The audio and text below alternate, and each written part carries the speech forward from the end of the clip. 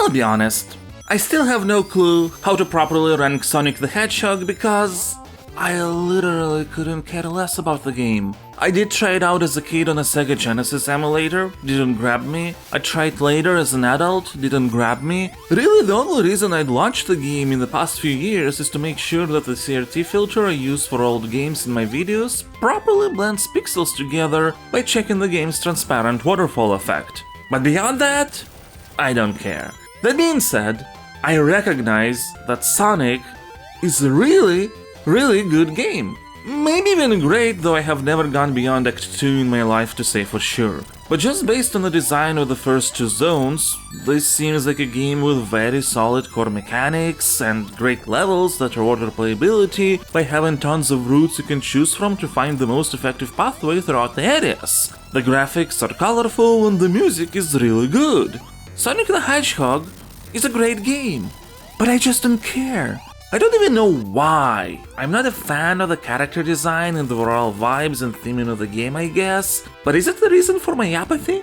Might be, since I'm largely not interested in anything Sonic related at all, but I can't say for sure. What I can say for sure is that even though I recognize this game as good, nothing in my life will change if I don't try finishing it. I thought that maybe revisiting the game for this ranking would change something, but it didn't. Of course, this brings a lot of complications for the ranking within a linear list, because even though Sonic the Hedgehog seems like a really good game, I just wouldn't feel comfortable putting it above many games that even if flawed, I feel more engaged with, like Zelda 2. Sonic in terms of quality is so much better than Zelda 2. But I find Zelda 2 interesting conceptually, and even if it is frustrating, I do want to like it, I'm drawn to it. Sonic the Hedgehog? Don't care.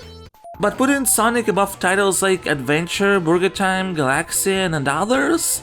I guess I'm fine with that. After all, these games are something I can enjoy for a while, but I'm not particularly invested in. And even though I don't care about Sonic, I can't say that I disliked my time with it. So I guess, given its quality, it would be appropriate to put it at the top of these kinds of games, since in all of them the engagement from my side ultimately is lacking.